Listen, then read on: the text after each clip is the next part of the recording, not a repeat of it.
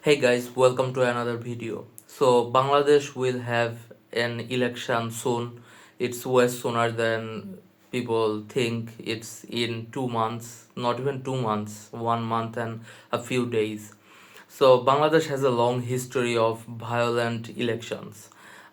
We know that the last few elections weren't that violent, but that's mostly because Awami League shammed the entire election. There weren't many opposing political parties. There was no BNP, there was no Jamaat, there was no NCP, or even if they weren't really going to come into power. So there wasn't really much struggle at all. But soon there will be an election, and Awami League has been banned from taking part in this election. So, what are the chances that Bangladesh will have another violent election? My bets are there will be a lot of violence. People are saying that there won't be. I think they are just delusional, and they think that just because Awami League is no longer in power, there won't be violence in elections. That's, like I said, completely delusional thinking. I'm not saying there will be violence because I want there to be violence. Of course, I would much rather there would be peaceful elections. I hope there is peaceful election because I will be voting as well. But if we look at the history, all the elections where there was good participation, people turned out to vote, there have been a lot of violence. And I know for certain that this election will have a lot of violence because a lot of guns are missing. And this isn't my opinion, this is the truth. After the revolution that happened, I'm using the term revolution a bit lightly because I'm a political scientist, even though I'm not really a political scientist. I got a political science degree. And revolution is mostly reserved when there's a big political change in the entire system. We haven't really changed the entire political system. Awami League has been kicked out of power, and soon there will be a new political party in power, but it will more or less be the same system. There will be still parliamentary democracy, there will still be a prime minister. There will also be a referendum where we will have to vote yes or no on like four questions. I'm voting no in that because one of the point is that the total seats will be increased. Now there are 300 seats in our parliament. Soon there will be like I think 500 ish, and I am against that, so I am voting no in that referendum. I don't think most people will vote no. I think yes will win, but at the same time, I don't care. I will vote what I feel like voting, right?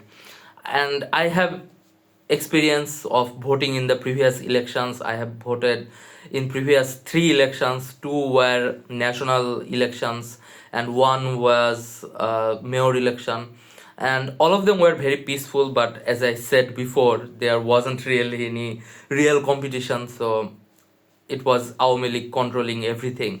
So soon there will be violence. One political candidate, he wasn't affiliated with any political parties, big political parties. He was affiliated with Inkilab Monch. I think it's a political party of some sort, but he got assassinated, which is like very disturbing. But I feel like that's just the start. We still have like a few weeks to go. We still have like about 4 days to go. And in this time, there will be violence. After that, there will still be violence, I think. Like, even after the poll closes, I think there will be violence. People who lose, obviously there will be losers. It's an election.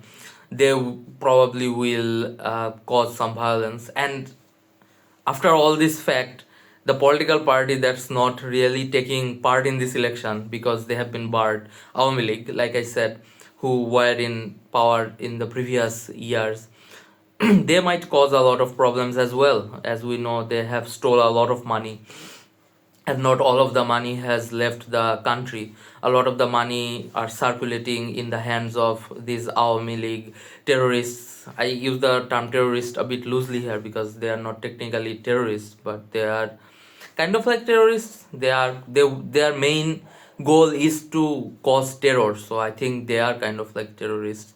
So yeah, there will be a lot of problems in the upcoming days. There will be violence. If it happens, obviously I will be the one to let you guys know. But my hopes are that there are no violence, but like, you have to be realistic at the same time. This is Bangladesh. We have a long history of violent elections. And Bangladesh itself, a lot of people might not know this, but Bangladesh itself kind of like became an entity through election. Like Awami League won. It's a bit ironic. Awami League won the 1970s election. We were part of Pakistan at that time, and there were violence at that time as well, but not like that much. There weren't like vote rigging or things like that. Awami League won fair and square, and Pakistanis didn't want to give power to Awami League, so they started a war, and we won that war. Obviously, yeah, go Bangladesh. And then we had elections in 72, we had elections in I think 78, we had elections again in like 80 something 6 I think, under Ershad, but those were tyrannical rulers, they were dictators. So I don't know, those elections didn't have that much violence either. But after that, after the 90s, all the elections that happened, like up until 2000 like 14's election, like 90s elections, 96, then like 2001, 2000 like 8, all of these elections had violence to some extent. 2008 2008's election had like the least amount of violence, I think, because there was like a semi-military government in power at that time in 2008. I remember that time, but I wasn't old enough to vote, so I didn't vote at that time. So I don't know. I don't remember what the polls were like at that time, but I remember there were violence. So in the upcoming days, we can hope that there will be no violence, but I am not that hopeful about the entire situation. Like whatever happens, I will have to live here, right?